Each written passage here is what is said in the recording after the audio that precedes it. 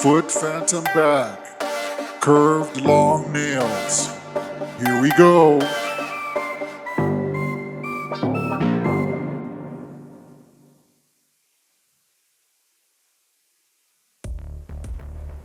So here are some very difficult to treat nails, which are very thick.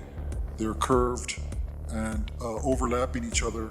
And basically, as the toes are curved, and in this case, you can see hammer toes are apparent, in which the toes overlap. The second toe is overlapping the great toe, and then as the nail curves, it impinges on the top of the toe next to it. And basically, think about this being in a shoe, and as you walk, the second toe pushes down on the great toe, causing an enormous amount of pain and a discomfort. So these are some of the hardest nails to kind of treat, because you have to separate the toes from each other, the toenails from each other, because sometimes when you clip the nail on one toe, it actually pushes down onto the adjacent toe, causing pain as well. In this specific situation, you also see a callus on the bottom of the foot. Please don't forget to subscribe. So with these, you have to hold the nail both from flying into the air. So I use my thumb here, and also you have to hold the nail in order to prevent it from turning. As the nail curves and as you clamp down on the nail clipper, it has a tendency to rotate the nail, also causing pain and discomfort. So you have to try to be in alignment with the nail clippers to be parallel with the end of the nail. If you put it at an angle and the nail turns, of course it's going to cause pain and discomfort. In regards to clipping the nail, you can see underneath the nail there is some subungual debris or some buildup underneath the nail. You just have to separate this from the toe, and in this case I just pull down on the pulp of the digit to clip out the nail edges. These nails are very incurvated and very thick. I do not recommend, unless you're a trained professional, to attempt trimming these kind of nails. I will describe how I have done it in the past, and specifically with this case. You really have to, I really hold down the nail and also the digit at the same time and pull away any skin that's nearby the edge of the nail and make my way around the nail. This is done on all the nails. In this case, I try to separate the digits, hold onto the nail so it does not rotate as I described it before, and of course hold the tip of the nail so when applying pressure on the nail clippers, the nail does not shoot up in any direction, and any pressure, the nail stays within the near location. And you just make your way around all the nails, debriding carefully. On occasion, the entire nail, because of excessive pressure with the end of the toe hitting the shoe, will become very loose, and the entire nail may come free and is no longer attached. Here, this nail incurvates entirely around the pulp of the digit, and I start at one edge and make my way around to the other side, carefully avoiding to encompass any skin. In this case, I notice that the nail is still very loose and may be impinging on the inner side of the shoe, which will put pressure on the opposite side where this nail corner is. So I'm trying to make it as smooth as possible. I also use a nail debrider. Once again, please don't forget to click the subscribe button. So even though some sharp edges may be left, at the end, a nail burr will be used to make all the nail, I should say, smooth at the edge of the debridement. With this nail, that curves all the way around, you just have to, or at least in this case, I just hold the nail, like I mentioned, start on one edge and make my way across the entire nail, and then of course make my way back until I get near the pulp of the nail and check for any loose aspects of the nail, which I remove. I try to be as parallel as I can to the edge of the nail and in conjunction with the nail clippers.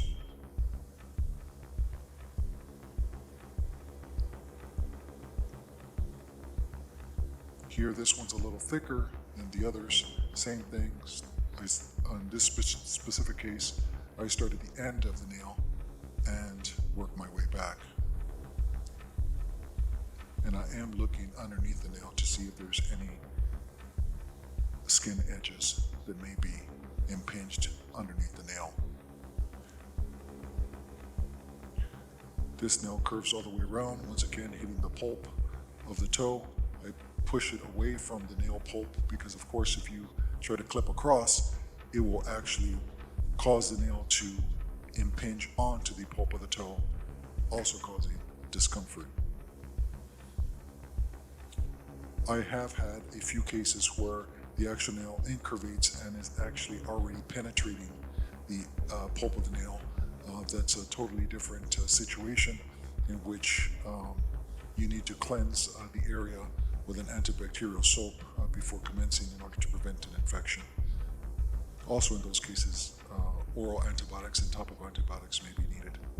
This nail is very, very loose, and you can see underneath the nail there's a space. I use that space to place the nail clippers, also holding the nail like I mentioned,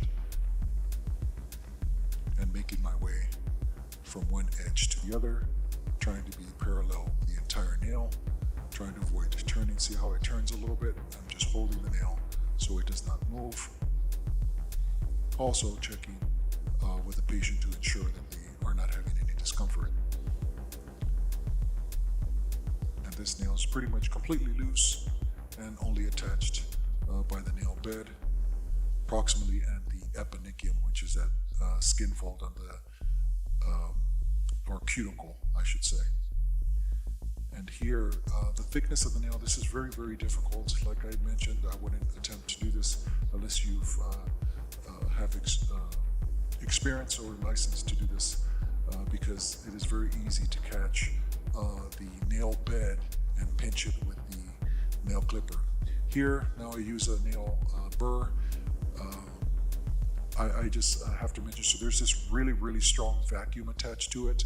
Of course, if you just have a burr without a vacuum, that nail dust will basically go straight up into the air. If you can see, I should actually put it in slow motion, but the actual snow kind of debris is getting sucked up into the handle itself. It is right near that the burr is the vacuum, and as you make your way around, you can see it is consuming all of the nail debris, or at least the majority of it. Also, of course, wearing a mask and a shield is also beneficial.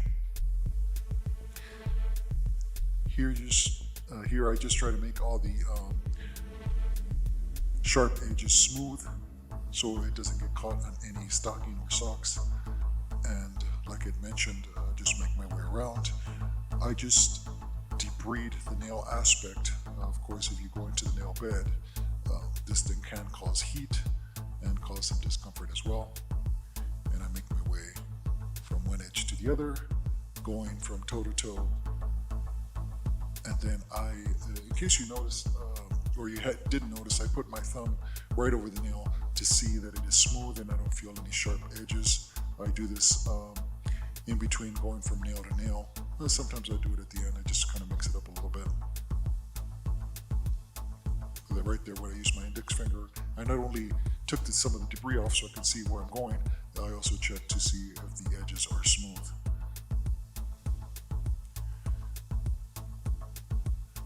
This is this is a medical debridement, not a cosmetic one. So you really just want to make all edges smooth, make them straight as possible as well, just so they won't get caught.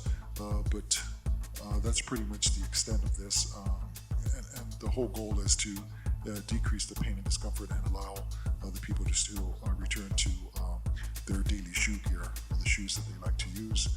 And if you, as you can see, the nails are enormously better as compared to the initial presentation. Here you can see a comparison of before and after, and there is significant improvement. Of course, there is foot deformities involved as well.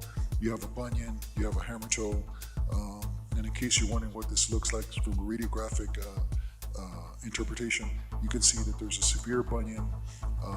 In fact, the left great toe is completely dislocated.